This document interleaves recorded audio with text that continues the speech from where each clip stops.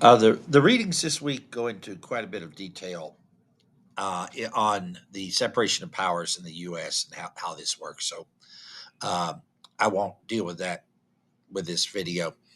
What I'd like to do, though, is talk a bit about the parliamentary system because your readings don't go into any of this in the same detail. The reason I think this is important is that the U.S. is somewhat of an outlier in its system of government with the presidential system. Beyond some countries in the Central and South America and a few others that have sort of based their systems on the U.S., by far the largest numbers of countries have a parliamentary system. So I think it's important to deal with this a little bit. And you'll find a lot of political pundits, political philosophers, and the like who argue that the parliamentary system is a better system because it's more democratic. The argument is okay, you have your elections, a party wins the majority of the seats for their assembly or whatever they call it, and therefore they form the government. Has a lot of advantages, seemingly, because if the party is in power, the prime minister is from that party, and therefore you don't have all these fights back and forth between the legislature and the executive. And in a sense, they are more democratic because they represent the will of the people more. And all this is true. And when they work well, this is essentially what happens.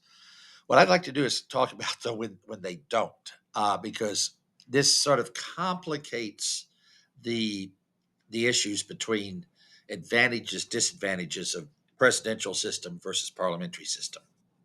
And I think it's important to look at this. A number of countries now have begun seeing some issues with the parliamentary system.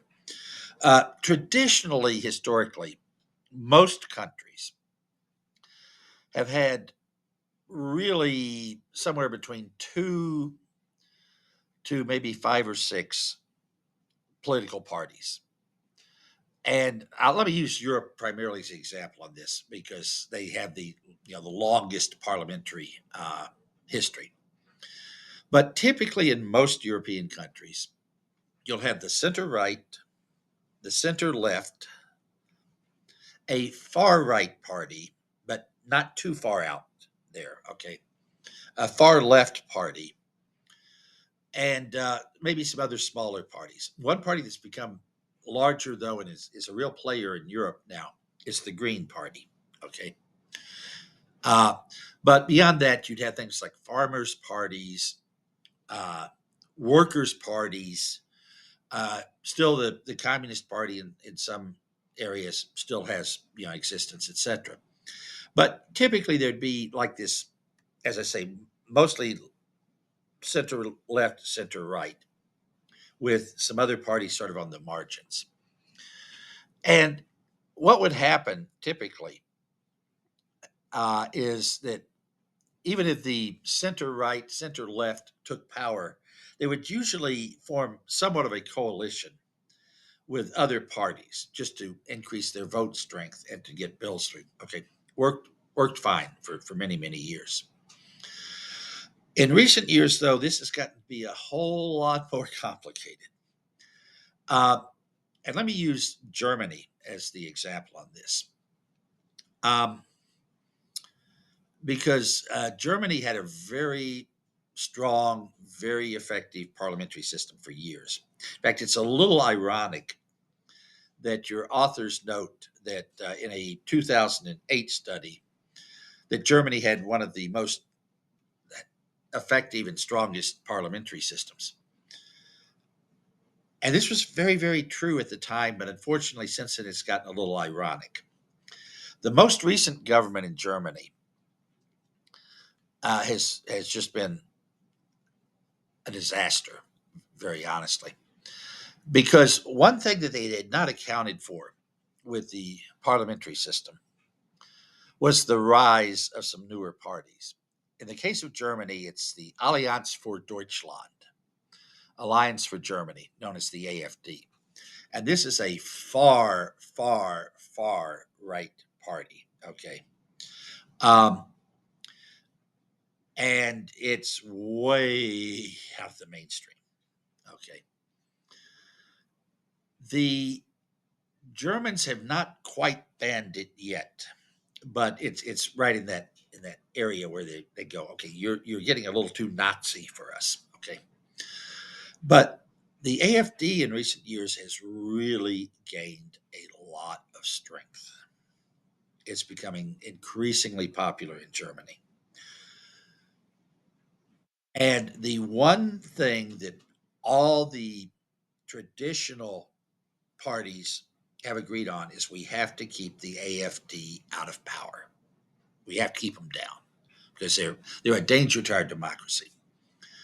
Well, the last elections, and I should note in Germany, traditionally the two big players have been the Christian Democrats, who are sort of center right, the Social Democrats, who are center left. So these are have been the two main parties.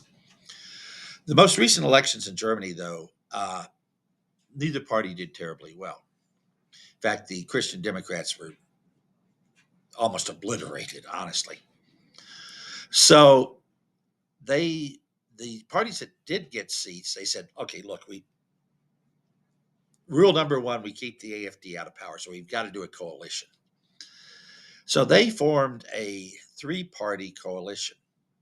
Okay, doesn't sound bad. However, the three parties that formed it have nothing in common with each other. And the coalition became known as the Traffic Light Coalition from the party colors red, yellow, and green. And the party, that the government in power has just been extremely weak, extremely indecisive because nobody agrees with anybody. Okay. So as a result, it's just been a fiasco. Now, as I'm doing this video, the government, in practical terms, has collapsed really, and there'll be new elections coming up where they hope that they can get back to the traditional system. But this is an issue with parliamentary systems that form coalition governments. In some cases, the coalition governments do fine, but if none of the parties do terribly well, then you come up with some strange coalitions and some very weak governments.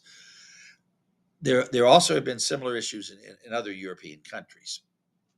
So, a parliamentary system is great until it's not, I would say. And there's been a fairly steady rise, particularly on the right uh, of the political spectrum. And this has been true almost throughout the world, honestly. But there's been enough rise of smaller parties that a lot of parliamentary systems are having problems coming up with working governments. So this is sort of a counter. I won't say a counter argument, but it's sort of a thing to consider when we talk about parliamentary versus presidential. That's neither one is exactly a perfect government, so we need to keep that into account. Um, personally, I sort of like parliamentary governments because they do clean up some of the mess on separation of powers. On the other hand, they can also lead to some very weak governments that have troubles making it. Okay, thank you.